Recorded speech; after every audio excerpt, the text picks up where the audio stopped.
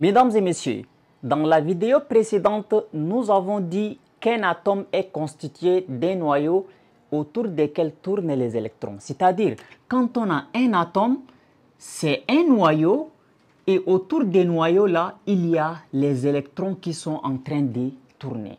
Maintenant, il faut se poser la question. Est-ce que les électrons tournent en désordre ou ils tournent en suivant un certain ordre? Les électrons ne tournent pas en désordre autour du noyau. Ils tournent en suivant un certain ordre. Quand on a les noyaux, il y a ce qu'on appelle une couche qui est plus proche du noyau, qu'on appelle la couche K. Il y a une autre couche qu'on appelle la couche L, la couche M, la couche N et ainsi de suite. Alors, la couche K va prendre un certain nombre d'électrons. La couche L également va prendre un certain nombre d'électrons. La couche M, la couche N, la couche O et ainsi de suite.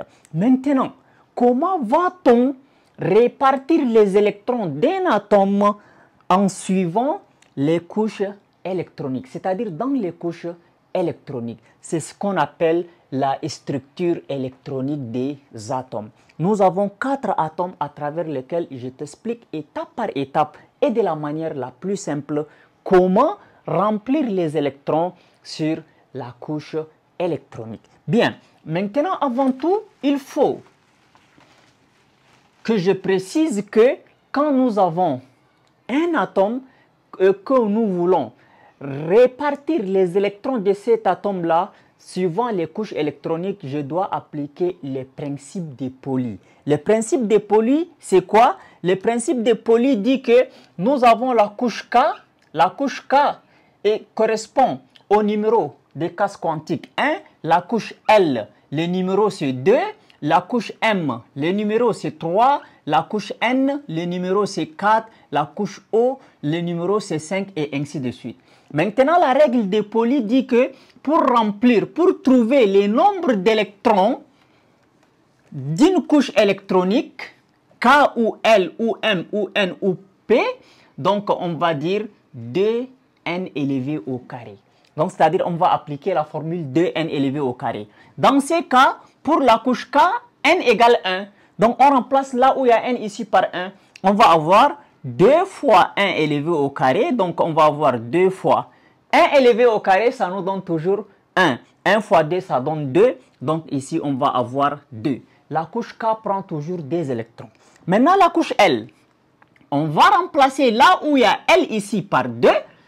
Donc, là où il y a N exactement ici par 2, pardon. Donc, on va avoir 2 fois 2 élevé au carré. Donc, on va avoir 2.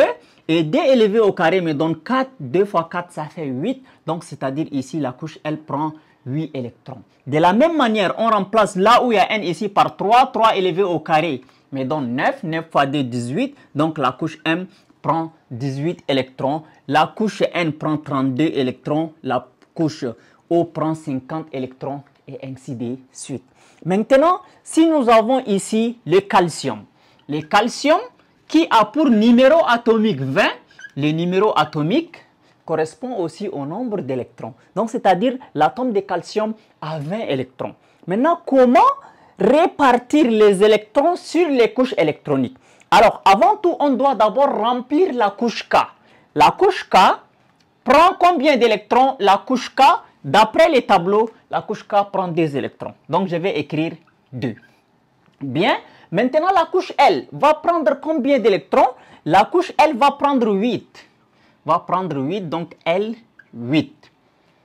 La couche M va prendre combien d'électrons? La couche M va prendre 18 électrons.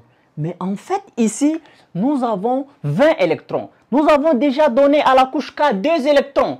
Nous avons aussi donné à la couche L 8 électrons. Il reste combien d'électrons? Il reste 10 électrons. C'est-à-dire que normalement, la couche M devrait prendre 18 électrons. Mais comme ça ne suffit pas, on lui donne juste combien?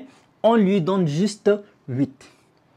Maintenant, vous allez vous poser la question. Mais non, quand vous avez donné à la couche K 2 électrons, la couche L 8 électrons, ça fait 10 électrons. Mais au total, nous avons 20.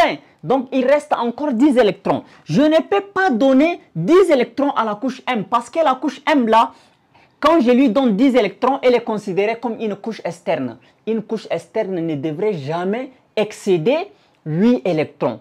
Quand ça reste 10 électrons, ça n'atteint pas 18, mais c'est plus grand que 8. Là, on ne peut pas donner un nombre entre 18 et 8, comme 9, 10, 11, 12. Jamais une couche externe ne prend ces nombres d'électrons. Donc, ça va prendre 8. Quand ça n'atteint pas 18, on donne 8.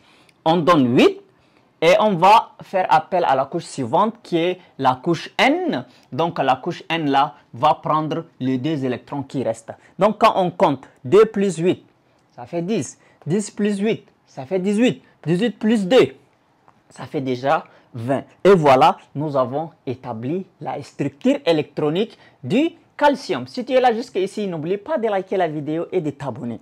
Maintenant, nous avons ici le soufre. Le numéro atomique du soufre, c'est 32. Donc, c'est-à-dire que Z égale 32. Bien. Alors, la couche K, on lui donne des électrons. La couche L, 8 électrons. La couche M, normalement, ça devrait prendre combien? 18. Donc, on lui donne 18. Maintenant, comptons. Nous avons 2 plus 8. Ça fait 10. 10 plus 18. 10 plus 18, ça nous donne 28. Mais en réalité, le soufre a combien?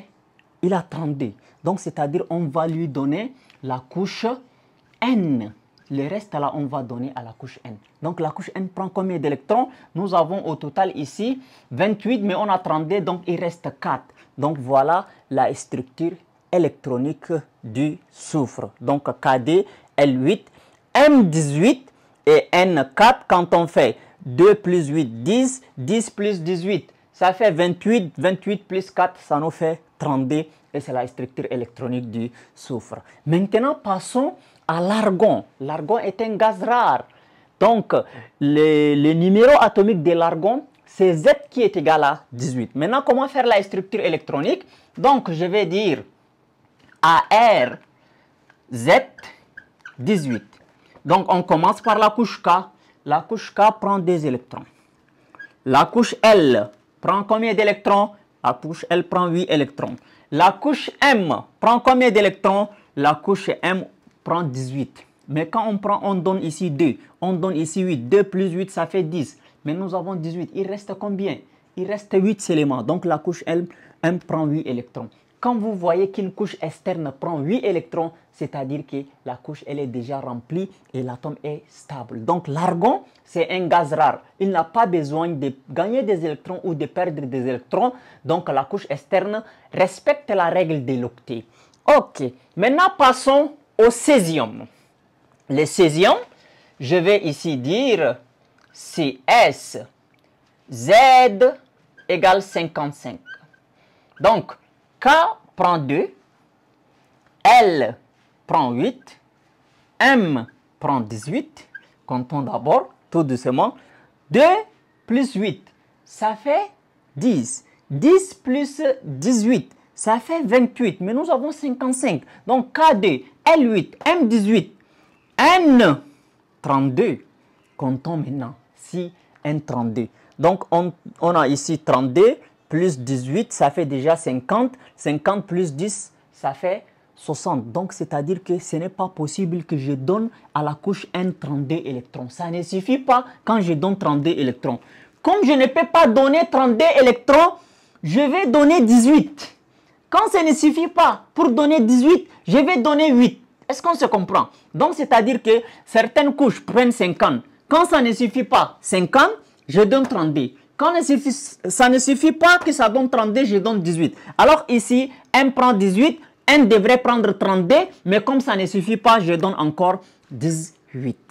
Alors, si je compte, 18 plus 18, ça fait 36. 36 plus 10, ça fait 46. N'est-ce pas? Mais nous avons 55. Maintenant, on va donner à la couche O. La couche O va prendre combien d'électrons? La couche O, normalement, devrait prendre 50. Mais ça ne suffit pas. On va donner 32. Ça ne suffit pas. On va donner 18, même ça ne suffit pas. On va donner 8. OK. Alors ici, nous avons 18 plus 18. Ça fait déjà 36. 36 plus 10, ça fait 46. 46 plus 8, ça fait 54. Ici, on a 55. Il reste un seul électron. Donc, on va donner à la couche P un électron. Et voilà la structure électronique du césium. Ainsi, nous sommes arrivés à la fin de notre vidéo. Si la vidéo t'a plu, n'oublie pas de la partager, de la liker, de t'abonner à la chaîne afin de ne plus rater nos prochaines vidéos. Merci.